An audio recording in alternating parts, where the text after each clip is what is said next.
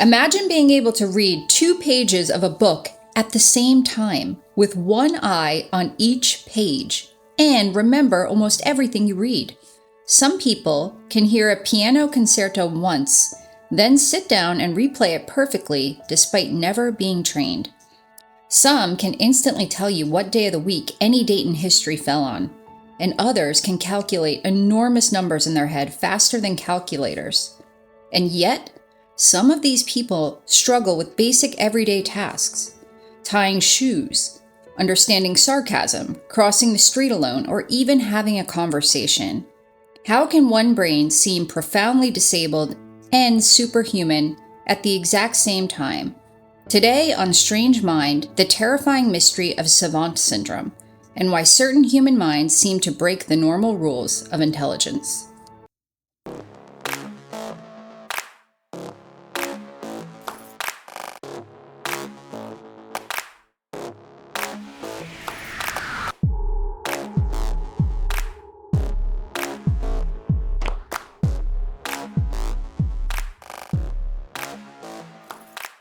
Welcome, strangers, to Strange Mind, a podcast about the weirdest corners of the human mind. And today we're talking about savants. This topic usually messes with people's idea about intelligence because people usually think intelligence is one of two things: either you're smart or you're not.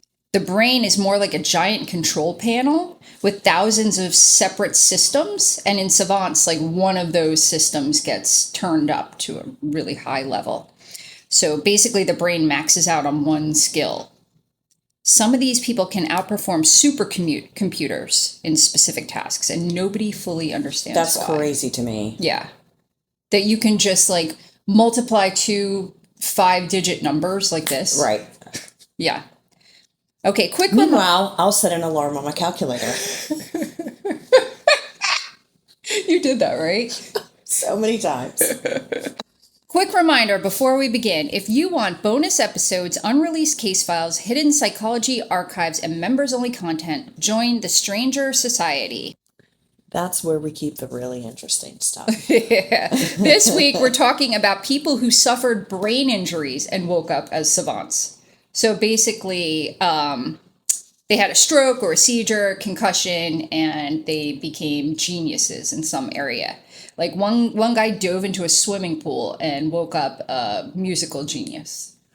Yeah. So this is on the Stranger Society, the bonus episodes. You can go to strangemindpodcast.com and sign up there. Very cool. Okay. So what is a savant? Historically, the term idiot savant was used in the 1800s. You've heard that, right? Mm-hmm. And shockingly enough, now it's considered offensive. So the correct term now is savant syndrome. A savant is someone with extraordinary ability in one very specific area, usually music, memory, mathematics, arts, spatial skills, or calendar calculating, which is just so random.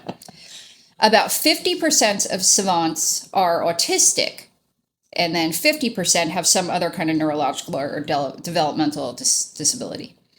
However, most autistic people are not savants, so it's like 1 in 10 that will have some sort of savant. So there are basically 3 different categories. There's splinter, talented, and prodigious. And splinter is just like maybe you're like really good at math or something, you know, and then talented is like maybe you can like memorize piano concerto but like the prodigious are the ones we're going to be talking about today. Right. And they're extremely rare. Prodigies, you mean? Prodigies, yes. Yes. And this is basically like, I was saying that my only exposure to what I thought was a savant was in Rain Man. And then after that movie came out, everyone thought autistic people could like count toothpicks. And that's just very rare. Okay, so we'll talk first about the real Rain Man. And his name was Kim Peek. And yes, that's a male named Kim. And he was the character from Rain Man was inspired by him. Okay. So he possessed one of the most extraordinary memories ever recorded. He reportedly read books at an insane speed. And the weird part is that he could read the left page with one eye and the right page with the other at the same time. I think we should have some wine and try that later. Right? Yeah, I Yeah. want to give it a shot. Yeah, just why not? Huh. So, researchers estimated that Kim memorized roughly 90%, 98% of what he read. So, he memorized, just like in Rain Man, sports statistics, maps, classical music, phone books, and calendars. Good so, you Lord. like open up to any page in a phone book and he would know. So, That's basically, wild. if Wikipedia became a human being. Yeah. Meanwhile, I read the same paragraph 16 times. And I'm like, wait, I didn't read it. Yeah, wait, what? I was daydreaming. What about mozzarella sticks? Kim reportedly memorized over 12,000 books. What?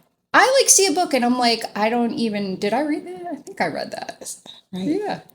Okay. I do remember books better than I remember Shows. shows. Yeah, yeah. I'm like, oh, I get to do a full rewatch Right, absolutely. of, Yeah, right. Game of Thrones, I'm waiting. Yeah. Till I've clearly forgotten everything. I need to get to the point where I'm about to do a Homeland rewatch. Yes. I've already done a Justified rewatch. Oh. I've done multiple like big show rewatches. Sopranos. And I'm like, I don't remember any of this shit. No, I'm watching Sopranos for the first time right now. Yeah. Actually, Actually, I for the watched it first for time. the first time, second time. Right. No, No, this so- is yeah. my actual first time. You're not done yet? Are you loving it still? Season 4. You're still hooked though, right? Oh, yeah. Okay, so back to Kim Peek. Even though he had these incredible abilities, as a child, he struggled with ordinary daily function. So the developmental abnormality he had affected the brain in communicating between the two hemispheres. And somehow they believe that this unusual brain structure is what led to him to have this astonishing memory. So, but there's a huge debate among researchers if savants actually like understand everything they're memorizing or if it's more like a human cut and paste kind of thing. Right. But some people seem to actually process it. And then some people, they're not so sure.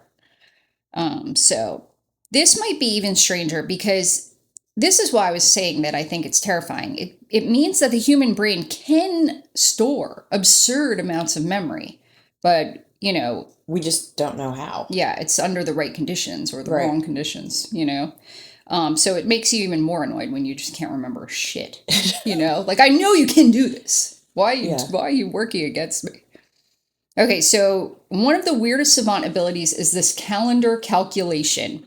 So some savants can instantly tell you the weekday for any date in history. So you could say January 6, 1923, and they could say that was a Saturday.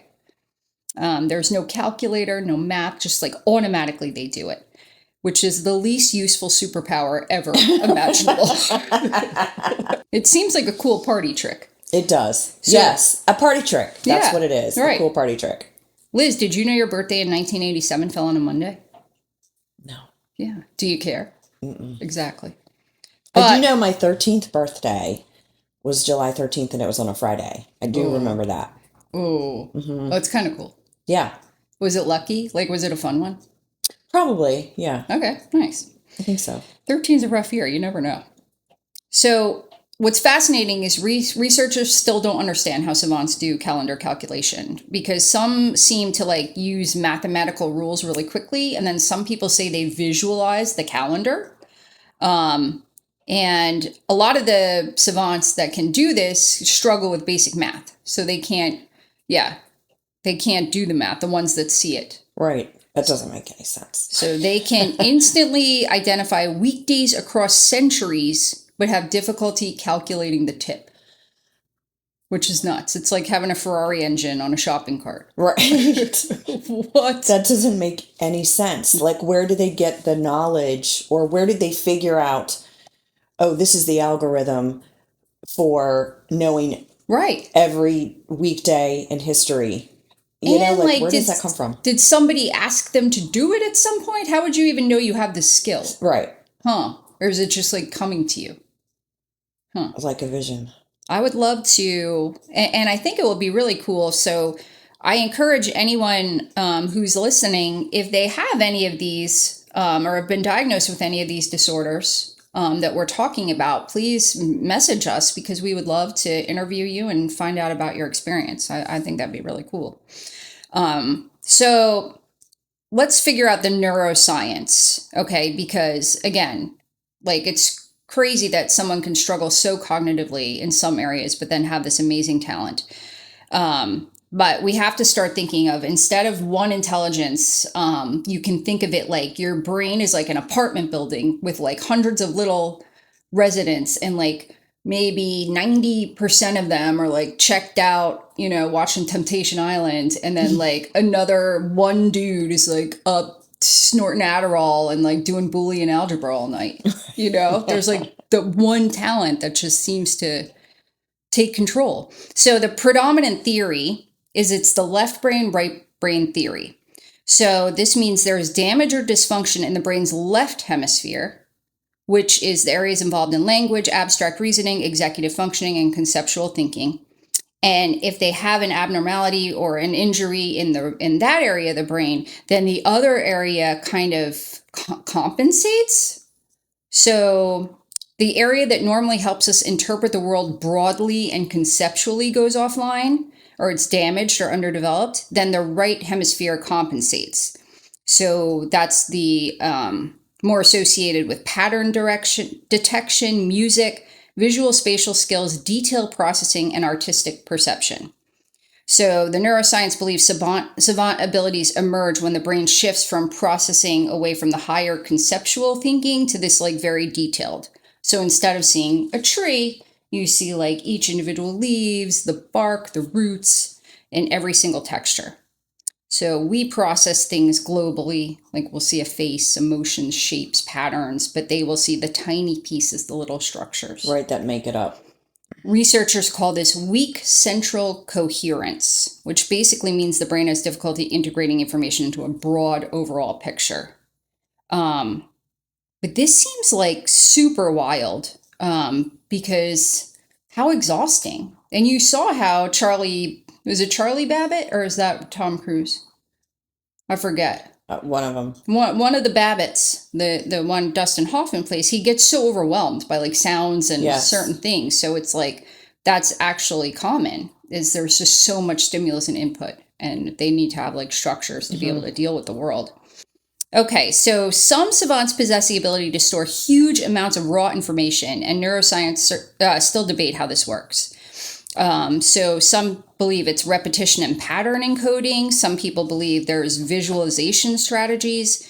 But imagine that your brain like remembered every single sound, every single conversation, every visual detail, every embarrassing moment from middle school. Right. You would just lose your mind. It would be super exhausting. But I guess it's like savants have reduced filtering mechanisms. Basically, they just remember everything, the ones that are very talented with memory. So that can be obviously all really cool and very upsetting at the same time. Yeah. Okay, so statistically, savant syndrome is extremely rare. Researchers believe it's about 1 in a million people. That's super rare. Yeah. But the milder forms are, under-recognized. Sure. And savants outnumber females, the males do. Some estimates suggest 4 to 1 or 6 to 1. And they believe it's because of developmental differences, genetics, testosterone exposure during fetal development, or diagnostic bias, but nobody fully knows why there's so many more males than female savants. So here's one other case. Now, it's another guy with what is traditionally a woman's name, Leslie Lemke. This is a male. And he was a musical savant. So he was born prematurely with cerebral palsy, and he had to have both of his eyes removed as an infant. Oh, dear God. And I don't know if his parents gave him up or what, but he ended up being adopted. And doctors doubted that he'd ever function independently. And his family takes him on and nurtures him. And then like one night when he's 14 or so, the mom hears piano music, and she comes downstairs, and Leslie had heard Tchaikovsky's Piano Concerto No. 1 on television earlier that day, and he was playing it completely from memory. He'd never had piano lessons and never had formal music training. That's wild. That's like a horror movie. I would be like, who has possessed you? Yeah. So anyway, he became known for emotional musical performances. I watched this documentary on him, and he was like somebody was playing a concerto and he would then like play it right after her. Like he was learning as she was doing it and he was playing it perfectly. Well, that's what I did when I used to play piano. Oh, you had to learn while it was being played. Well, my sister and I took piano lessons together, and I couldn't read notes, but I could play back what the teacher would play, and I was winning competitions. And my sister finally ratted me out one day. She's like, "Y'all do know Elizabeth can't read notes." Nobody had any idea. Whoa. Does it matter? No. Right. I mean, if you can play it, you can play it. But I would have the teacher play a song probably 2 or 3 times, and then I could just play it right back. I think this is more like he would go up and perform for people and people would yell out like just any song and he would know could do it. Yeah. And if he didn't know it, he would just make one up on the spot. Yeah, I'm not quite that talented. Why'd you stop playing piano? You don't have a piano? Grew up and went to college. I started drinking. Okay. So for him, it wasn't just memory. He understood, he would improvise, he could do compositions. So he actually became musically creative. The dark side of savants is that it can be very isolating. Mm-hmm. They're actually, one research calls them islands of genius, because if you have somebody who remembers every little detail, but who has trouble just kind of like socializing, that, obviously that alienates them even more. Mm-hmm. So it can be very tragic for people that feel very isolated by it, but also fascinating. So some of the things savants can do. There's a dude who could like recreate entire cities after flying over them one time. He could draw the exact city after flying over them in a helicopter. People can identify musical notes instantly, calculate enormous prime numbers mentally, and sculpt anatomically perfect animals from memory. Animals, that's interesting. Yeah. Meanwhile, I forget someone's name 4 seconds after they tell me. Okay, so savant syndrome forces us to confront a really disturbing possibility. Maybe intelligence isn't rare. Maybe the access is rare. So extraordinary abilities exist in human brains more than we think, but our minds suppress everything so that we can function normally. That makes sense. Like, think about how smart you and I both probably are. Yeah, right. But my brain is but we don't know how to access. You know what? You can access 80s movies quotes whenever you want. Right. But anything that involves taxes, like, no, I'm going away. I'm going away to hide. You will not remember that. So, I always had that theory. So here's the thing. Could I potentially be a violin master, but I've never picked up a violin, so I'd never know? Or are people who are prodigies, will they be drawn to it? Right. Yeah.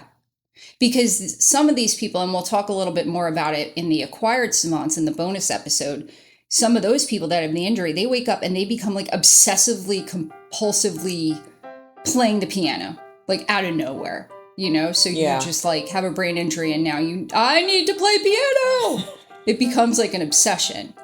So I wonder if you're always going to find the thing that you're gifted at. But by this, like, we should all be really gifted at something. I haven't found it. I guess maybe like I used to be like, my gifted thing was like, I know what movie that guy's from. Another useless skill. But even now I'm like, IMDb, it's ruined. I don't know who that is. Right. Yeah. So I'm like, oh, it's Tom Cruise. Yep. I forgot. All right. Audience question. If everyone would love to comment, we want to hear if you could instantly gain a savant level skill like perfect memory, musical genius, mathematical calculation, photographic artistic skill, but it came with social or emotional difficulties, would you accept it? I don't think I would. Yeah. None of those skills seem... Maybe if you could like card count. Okay. Maybe I'll take that one. Right? How he goes to Vegas, how he brings them to Vegas. But I think they're onto people. Mm-hmm. I think it's not as easy as you think. No, I don't think I would Like, Make that trade. right. What would this, like, if I was like the most incredible breakdancer in the world, maybe that would be cool. That would be very cool. Yeah, let's just say that it didn't come with the negative counterpart to it. What would be one gift yeah. or talent that you would really want? Yeah, that's another thing that. Would it be the breakdancing? I think that's a good answer. I think that's a good one. I mean, you could like do it anywhere. You could impress people anywhere you are. What about you? Oh, crap. I don't know. I think I would also want to improve my memory. I think so. Yeah. I think that would. It causes a lot of annoyance. It really does. Yeah. I think that is actually the one that I would pick. Is I would have a near perfect memory. But those can also bring a lot of right. People like that. I read an article one time where people get plagued by that. Like some people forget there's like different varying degrees of people with super memories and not, and like people I'd have to go back and look at it, but I think it like corresponds with people's level of happiness. I was going to say, are the people with memories like goldfish, are they the happiest? Right. You would think, right? That would make more sense because you're not constantly like, why did I do that time? Right. Just like, I picture like just being like a stoned person like in your head. If you could have every, memory. Like if you retained every memory, you would just constantly be in your head about shit. Like, why did I do that? Yeah, absolutely. Yeah, I don't know if that's all it's cracked up to be. But I would like to just like remember someone's name. Just every now and then. I'll take that. Yeah. Yes. Same. All right. Thanks for listening to Strange Mind. If you enjoyed this episode, follow the show, leave a review, and share it with someone fascinated by psychology and neuroscience. And if you want bonus episodes and hidden archives, join the Stranger Society, where the brain gets even weirder. So that's it for today. See you next time. See you next time.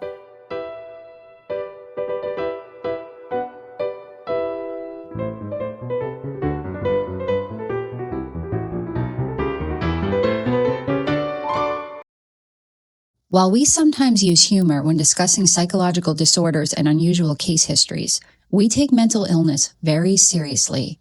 Our intention is never to mock or minimize the real suffering that people experience, but to explore psychology in an open, engaging, and human way while still maintaining empathy and respect for those living with these conditions. If you or someone you love is struggling with mental health symptoms or emotional distress, please reach out for help. In the U.S. and Canada, you can call or text 988 to reach the Suicide and Crisis Lifeline 24/7. Thanks for tuning in.